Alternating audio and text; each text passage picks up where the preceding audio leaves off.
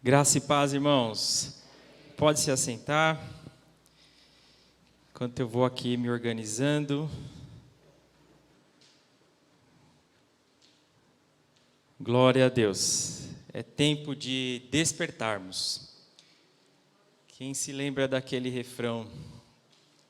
Acordai, acordai, despertai, despertai. E cantai, sim, cantai, o Senhor não tardará. Eis marchamos para aquele bom país, onde o crente, sim, é Cristo quem o diz, com seu Salvador, para sempre ali feliz, vai com ele descansar.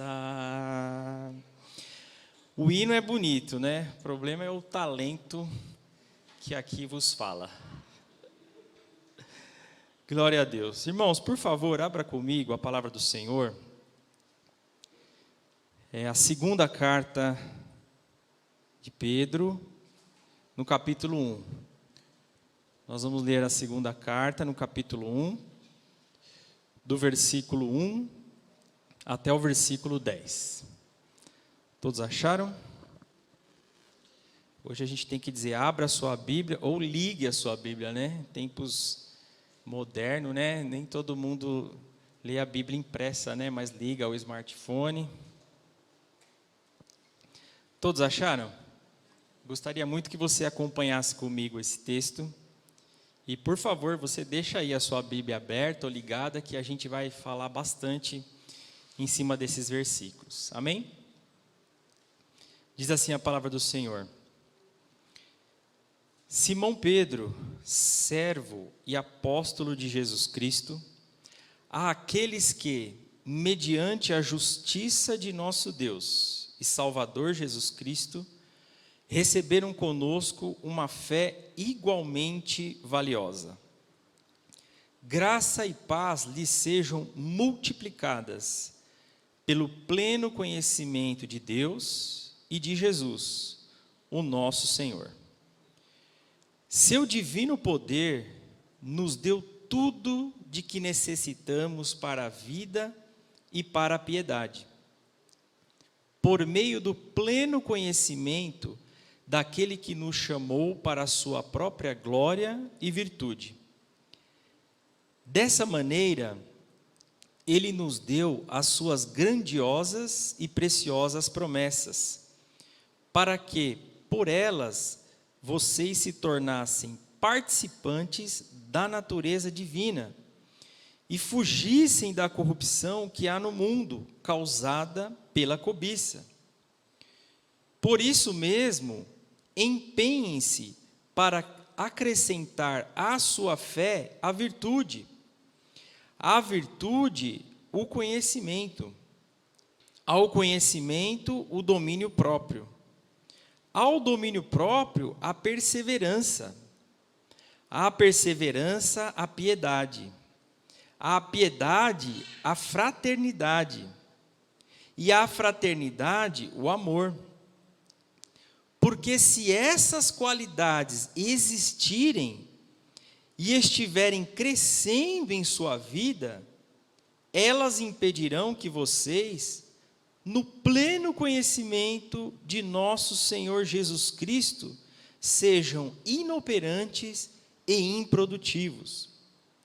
Todavia, se alguém não as tem, está cego, só vê o que está perto, esquecendo-se da purificação dos seus antigos pecados. Portanto, irmãos, empenhem-se ainda mais para consolidar o chamado e a eleição de vocês. Pois se agirem dessa forma, jamais tropeçarão. E assim vocês estarão ricamente providos quando entrarem no reino eterno de nosso Senhor e Salvador Jesus Cristo. Amém. Até aqui. Irmãos, nesse mês de fevereiro, nós estamos falando sobre o tema Igreja, Identidade e Propósito. Pensa no seu RG. O que é que te caracteriza? Quando você olha lá no seu documento de RG, no meu documento, tem lá o meu nome, meu sobrenome. O que mais? Tem o nome dos meus pais, né? Nome do meu pai, da minha mãe. Tem o que mais? Minha impressão digital. Tem a minha assinatura. O que mais? O estado, né? Aonde eu moro, aonde eu fiz o meu documento. Tem ali bastante informações que me caracterizam. Fala, esse aí é o Zanetti, olha lá, tá lá. Todas as características que ele tem. E quando a gente fala de identidade, é isso, é um conjunto de características que distingue uma pessoa. Por meio dessas características é possível que individualizá-la.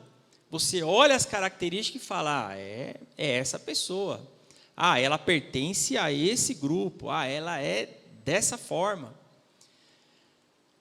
E o propósito é o quê? É uma intenção de fazer algo. Um propósito, é um projeto. Né? Me ajude aí. O que mais? É aquilo que se busca alcançar. É um objetivo.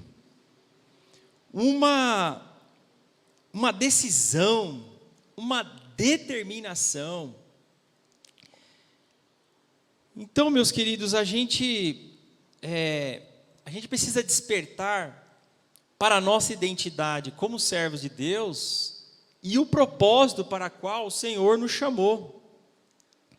E eu diria que o propósito principal que o Senhor nos chamou é para tornar o nome dEle conhecido, através das nossas características da Igreja de Cristo.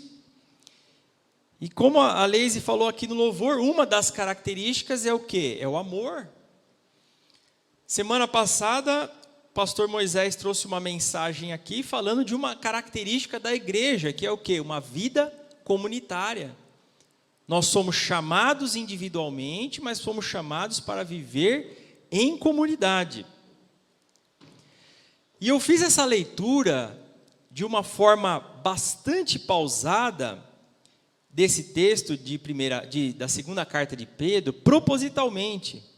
Aliás, se hoje a gente lesse a primeira carta de Pedro, que tem 5 capítulos, e a segunda carta, que tem 3 capítulos, muito provavelmente você iria dizer, olha, você não precisa falar mais nada, já entendemos características, propósito, né? Mas nesse recorte da carta de Pedro, eu gostaria de destacar alguns pontos com vocês. Por isso que eu pedi para que você deixasse a sua Bíblia aí aberta. Paulo fez menção da igreja, né, de Bereia, né, porque eles iam lá e confirmavam se aquilo que estava sendo dito estava em conformidade com as Escrituras. Em primeiro lugar, eu gostaria de destacar: nós somos justificados e recebemos fé. Olhe comigo o versículo 1 do texto. Aqueles que, mediante a justiça de nosso Deus e Salvador Jesus Cristo, receberam conosco uma fé igualmente valiosa. Olha só a sequência que Pedro vai trazendo aqui para nós. Ele vai dizer para nós, olha, vocês já foram justificados. Vocês lembram do texto de Romanos? Nós fomos justificados pela fé. Isso que o texto vai trazer para nós.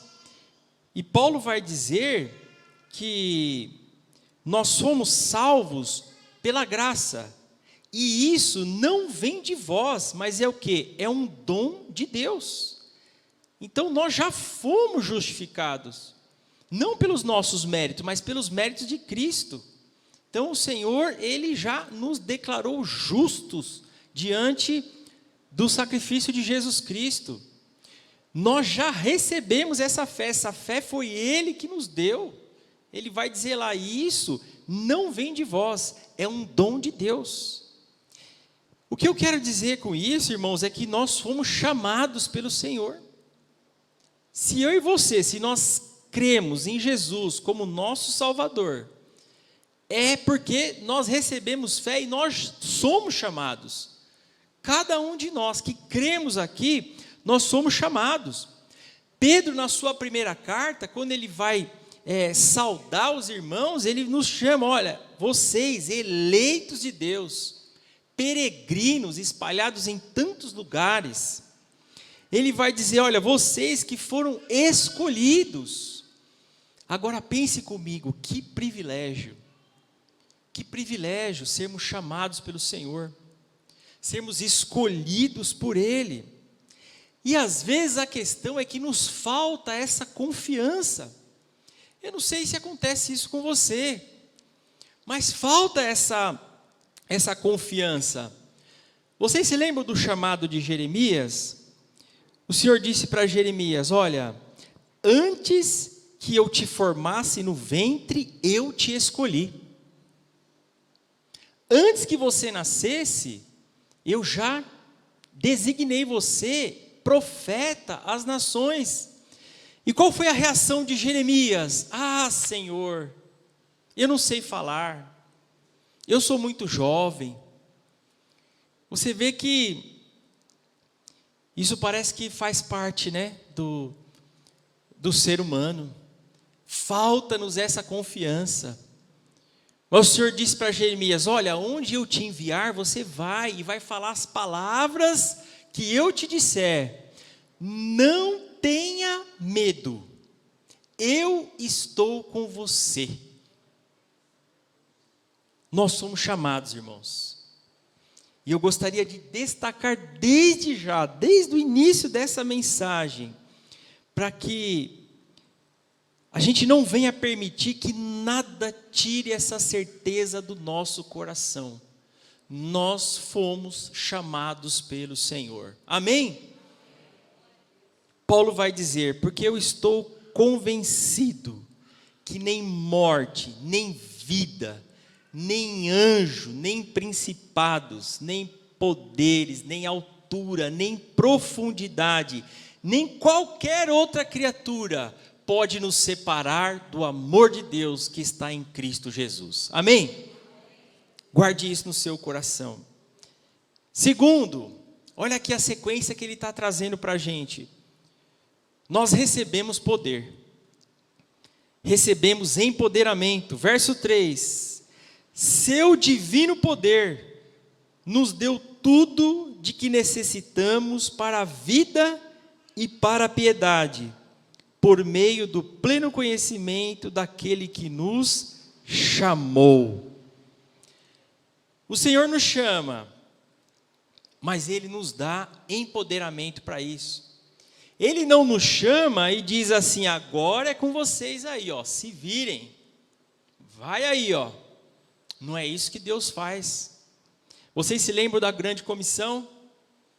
Quando o Senhor está ali com os 11 discípulos ali na Galileia, Ele disse, toda autoridade foi-me dada nos céus e na terra, portanto vão. Façam discípulos de todas as nações, ensinando-os a obedecer tudo que eu lhes ensinei. E eis que eu estou com vocês todos os dias, até a consumação dos séculos. Nós não estamos sozinhos. O Senhor não nos chamou e disse, vai aí, nós vamos no poder do Espírito. A ascensão de Jesus em Atos capítulo 1, o Senhor antes de ascender aos céus, ele aparece ali aos seus discípulos e eles falam: não saiam de Jerusalém até que do alto vocês sejam revestidos de poder. E os discípulos começam a perguntar para Jesus: mas quando é que você vai restaurar o reino de Israel? Não era isso que Jesus queria falar com eles. Jesus falou: não compete a você saber os tempos, as épocas que o Pai estabeleceu, mas o Espírito Santo vai descer sobre vocês, e vocês serão minhas testemunhas em Jerusalém, na Judéia, Samaria e até os confins da terra. Ou seja, em todos os lugares. Mas nós somos testemunha por causa do poder de Deus. E isso garante que a gente pode ir. Por isso que Jesus disse: portanto, vão. Porque toda a autoridade foi dada a Ele. E Ele nos revestiu desse poder. Terceiro, presta atenção na sequência que Pedro está trazendo aqui para a gente. Nós somos libertos da escravidão do pecado, mas não da presença do pecado. Olha o que diz o versículo 4.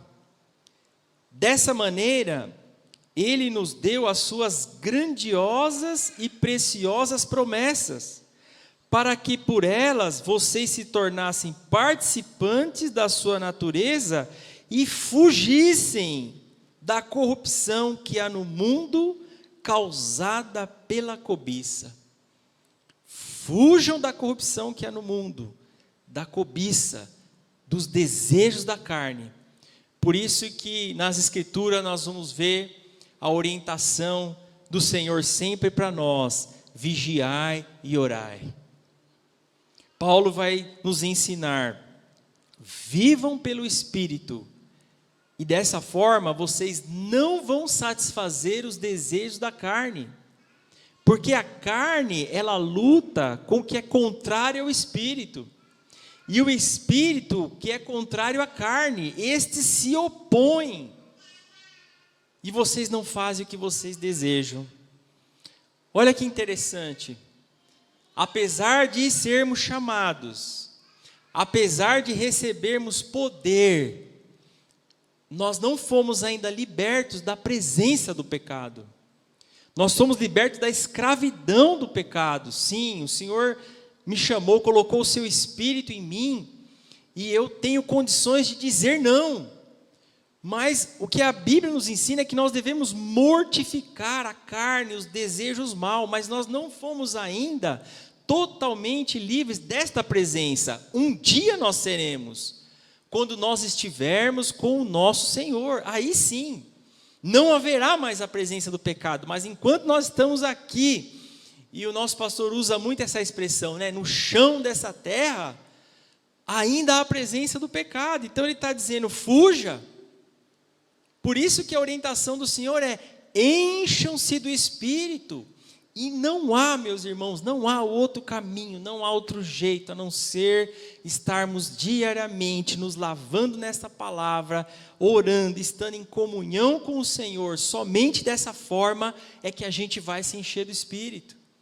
Apesar de sermos chamados, escolhidos, eleitos, separados para Deus, apesar de recebermos poder, ainda nós temos essa luta, e essa luta ela vai ser todos os dias, até você fechar os olhos nessa terra, ou o Senhor vir buscar a sua igreja.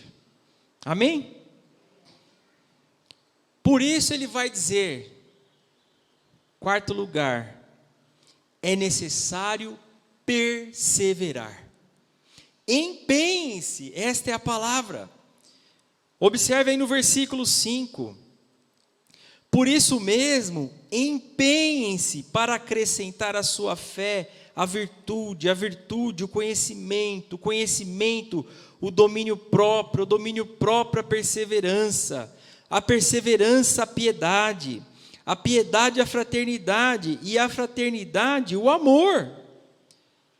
Nós já fomos salvos? Sim, nós somos salvos, mas é necessário perseverar. E aqueles que receberam fé e poder, eles perseverarão. Essa é a certeza que nós temos. É muito comum, irmãos, a gente ouvir aquela frase, né? Já que eu sou salvo, se eu já fui salvo, eu não preciso fazer mais nada. Você não ouve isso às vezes? Poxa, mas já que eu sou salvo, eu não preciso fazer mais nada. Mas isso não é verdade, irmãos. Porque, de fato, esse não é o pensamento e o desejo do salvo. Aquele que tem fé, aquele que foi salvo pelo Senhor, ele tem desejo de crescer nessas coisas. É natural, é o desejo de crescer na graça e no conhecimento do Senhor, que são aqui o fruto do Espírito. Olha o que ele está dizendo, para nós nos empenharmos por uma vida cheia de virtude, uma vida virtuosa, cheia dos valores de Deus, dos valores da palavra de Deus, para a gente nos empenhar no conhecimento. Eu preciso conhecer esta palavra, eu preciso meditar nela, eu preciso buscar entendimento. Agora, olha que interessante, por 3 vezes nesse texto, Pedro ele fala que nós recebemos o pleno conhecimento de Deus. E eu entendo que isso não é que nós já sabemos tudo sobre Deus, que nós já conhecemos toda a teologia, mas que nós já sabemos todo o necessário. E todo o necessário qual é? Que Cristo nos salvou, que Ele nos chamou, que Ele chamou a mim, que Ele chamou a você, e que eu preciso ter essa identidade de igreja, que eu preciso viver para a glória dEle, ponto. Todo pleno conhecimento, todo o conhecimento que nós necessitamos. E Ele vai dizer para nós nos esforçarmos nessas coisas, domínio próprio, perseverança, uma vida piedosa, fraternidade, amor, como já foi dito hoje aqui nesta manhã, que são os frutos do Espírito, que devem ser características da igreja de Cristo. Amém? E ele continua no verso 8. Porque se essas qualidades existirem e estiverem crescendo em sua vida, elas impedirão que vocês, no pleno conhecimento de nosso Senhor Jesus Cristo, sejam inoperantes e improdutivos. Nós devemos crescer nessas qualidades. À medida que eu cresço, eu vou ter uma vida operante. O que é uma vida operante? Que opera, que realiza, que trabalha. E uma vida produtiva, que produz, que é frutífera. Você se lembra da parábola do semeador? Que o semeador saiu a semear e a semente ela caiu em vários terrenos diferentes. E um dos terrenos que essa semente caiu, ela caiu entre espinhos.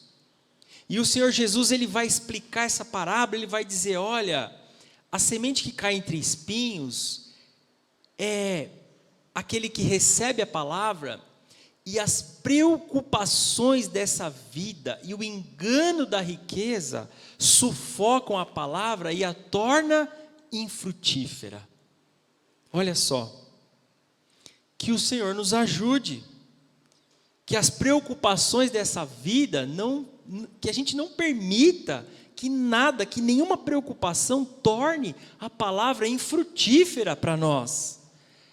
Mas ele vai falar também de uma semente que caiu numa boa terra. E essa boa terra, ele compara a um homem que ouve, entende, aplica e dá uma colheita de 100, 60 e a 30 por 1. Amém? Glória a Deus por isso. Nós devemos crescer. Há quem diga que se todos entendessem o propósito de Deus e as demandas que Jesus pede dos seus discípulos, o número de cristãos seria bem menor. Porque parece que às vezes nós não entendemos. E Jesus, ele não está preocupado com igreja cheia, lotada, isso aí é coisa nossa. Nós não vemos isso na Escritura, Jesus preocupado com quantidade, mas ele se preocupa com discípulos, verdadeiros adoradores, que adoram o Pai em espírito e em verdade. Para que a gente não caia, irmãos, e aí já é o 6º ponto aqui que eu vou falar com vocês, numa cegueira espiritual. Olha o que diz o versículo 9. Todavia, se alguém não as tem, ou seja, não tem essas qualidades, está cego, só vê o que está perto, esquecendo-se da purificação dos seus antigos pecados. Então, quem não se empenha, não se esforça nisso, ou ainda não entendeu, ainda não recebeu fé, ou se já entendeu, alguma coisa está errada, alguma coisa está impedindo esse crescimento. E o Senhor nos traz esse despertamento nesta manhã. Quando o Senhor fala conosco, é para nos edificar. Não é para jogar a gente para baixo, não, porque o Senhor é por nós. E seguir a Jesus, irmãos, é algo radical. É algo radical. Jesus disse, olha, aquele que ama seu pai e sua mãe mais do que a mim, não é digno de mim. Aquele que ama seu filho ou sua filha mais do que a mim, não é digno de mim. Quem não toma a sua cruz e não vem após mim, não é digno de mim. Palavras difíceis, né? Mas eu não quero dizer com isso que a gente não deva amar a nossa família, né? Nós amamos aqueles que estão à nossa volta, nossos filhos, nossos familiares, mas seguir a Jesus é colocar Ele em primeiro lugar. E eu espero que esta palavra ela esteja falando com você o tanto quanto ela falou comigo. Talvez você esteja pensando aí, é bom que você pense, né? O que impede que eu cresça mais nessas coisas? Eu sei o que me impede. E aqui fica essa dica. Talvez a gente coloque muitas outras coisas à frente de Jesus, e Jesus vai ficando lá para o 2º, 3º, 4º plano. Seguir a Jesus é algo radical. Por isso que certa vez Jesus estava falando a sua palavra e muitos o abandonaram, muitos foram embora. Por isso que eu disse que Jesus não está preocupado com uma igreja cheia, lotada até a tampa, templos gigantescos, ele não está preocupado com isso. Ele quer que pessoas o coloquem em primeiro lugar. Glória a Deus. Já estou finalizando, irmãos. Agora observe comigo o versículo 7. Perdão, versículo 10, que diz assim: portanto, irmãos, empenhem-se ainda mais para consolidar o chamado e a eleição de vocês, pois se agirem desta forma, jamais tropeçarão, e assim vocês estarão ricamente providos quando entrarem no reino eterno de nosso Senhor e Salvador Jesus Cristo. O Senhor nos convida para que nós nos esforcemos para consolidar o chamado que Ele nos fez. E observe que ele não diz assim, ó, se vocês entrarem, ele fala, quando vocês entrarem no reino eterno do Pai. Glória a Deus por isso. Quando vocês entrarem. Mas eu repito, apesar de sermos salvos, chamados, apesar de termos certeza da salvação, nós temos que perseverar. Glória a Deus. E esta é uma promessa maravilhosa. Quando entrarem no reino eterno de nosso Senhor e Salvador Jesus Cristo, isso traz paz aos nossos corações. É preciso consolidar, eu vou trazer o exemplo aqui de um terreno, antes de construir, é preciso melhorar a consistência, de modo a prevenir o desmoronamento, e é isso que o Senhor faz em nós, esse é o desejo de Deus, porque Deus é por nós, Ele não é contra nós. Eu é que sei os pensamentos que tenho a respeito de vós, pensamentos de paz e não de mal, para dar o fim que vocês desejam. O Senhor é por nós, o Senhor é por nós, e Ele nos traz a esse despertamento, porque Ele nos ama, porque o mesmo Deus que nos deu fé, nos salvou, é o Deus que vai conosco até o fim. Eu estou com vocês todos os dias, até a consumação dos séculos. Nós não andamos sozinhos, as provações da vida, as dificuldades às vezes podem nos deixar um pouco cabisbaixo, mas o Senhor, Ele vai atrás, Ele vai, sempre foi assim, o homem, o Deus indo na direção do homem, e o Senhor vai na minha direção, o Senhor vai na tua direção, pegar na tua mão, quando você estiver afundando, para te trazer à tona de volta, porque Ele te ama, porque Ele te chamou, porque Ele quer que você tenha essa certeza, essa convicção no seu coração, de que você é um chamado, de que você é eleito de Deus, que nessa terra você é peregrino, mas você é especial, povo exclusivo, nação santa, aleluia. E para concluir, eu vou pedir que você fique em pé, por favor. Se tem alguém que deseja o seu crescimento, é o Senhor. Se tem alguém que deseja que você ande com essas características, com essa identidade, é o Senhor, porque Ele é por nós. Porque nós somos comprados, Pedro vai dizer, não foi com prata ou ouro que é perecível, mas pelo precioso sangue de Jesus Cristo é que nós fomos comprados. E eu vou encerrar. Talvez nós estejamos aqui nesta manhã agora com o nosso coração, Senhor, faz de mim um vaso novo. E é isso que o Senhor quer mesmo, o Senhor nos traz, nos reúne como igreja do Senhor para nos fortalecermos uns aos outros, e um coração quebrantado e contrito, o Senhor não despreza. Talvez você esteja aí em seu coração dizendo, Senhor, faz de mim um vaso novo, e Ele quer fazer isso. Quando o Senhor quis falar com Jeremias, Ele falou, Jeremias, vai lá até a casa do oleiro.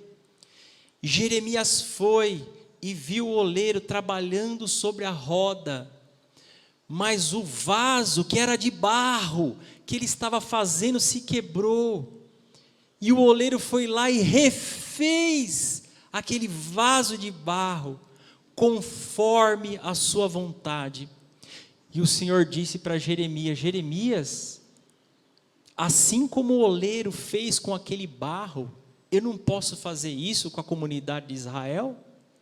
Sim, o Senhor pode fazer isso, e o Senhor quer fazer isso, que nesta manhã nós nos coloquemos diante do Senhor, Senhor, faz de mim um vaso novo para a Tua glória, Senhor, Senhor, apesar de mim mesmo, eu sei que o Senhor me ama, que o Senhor me chamou, o Senhor sabe das minhas particularidades, das minhas dificuldades, mas nas tuas dificuldades o Senhor te assiste, o Senhor te ajuda, E é esse o nosso desejo e a nossa oração. Vamos orar nesta manhã. Senhor, obrigado, Deus, pela Tua palavra, Pai. Obrigado, Pai, porque o Senhor fala conosco, Deus. Obrigado, Pai, porque os Teus conselhos, eles são maravilhosos, Pai. São conselhos de vida, são conselhos que trazem paz aos nossos corações, Senhor. É uma repreensão, Deus, cheia de amor, Senhor, que faz arder o nosso coração, como aqueles discípulos no caminho de Emaús, Senhor. Obrigado, Pai, porque o Espírito Santo testifica em nossos corações que nós somos do Senhor, Pai. E que o Senhor é quem cuida de nós, Senhor. Que o Senhor é que nos ajuda, Pai, em todo momento, em todas as nossas dificuldades. E o desejo mais sincero, Pai, desejo mais sincero do nosso coração, apesar da nossa natureza, apesar de tudo, Senhor, é que nós queremos Te servir. Nós queremos ser verdadeiros adoradores, que adoram o Senhor, em espírito e em verdade, Senhor. Portanto, nesta manhã, Senhor, como nós cantamos aqui, Pai, que é um tempo de cura, que é um tempo de milagre, Senhor, nós queremos sim cura, Pai, para o nosso coração, para a nossa alma, Senhor, para que sejamos, Pai, vasos de honra, Senhor, nas Tuas mãos. Refaz, Senhor, vasos, Pai, somos vasos de barro. Refaz se for necessário, Senhor. Fortifica, Senhor. Consolida, fortalece, Senhor, segundo o Teu desejo, segundo a ação poderosa do Teu Espírito, Senhor. Assim nós Te oramos, em nome de Jesus. Amém. E graças a Deus. Aplauda o Senhor, irmãos. Glória a Deus.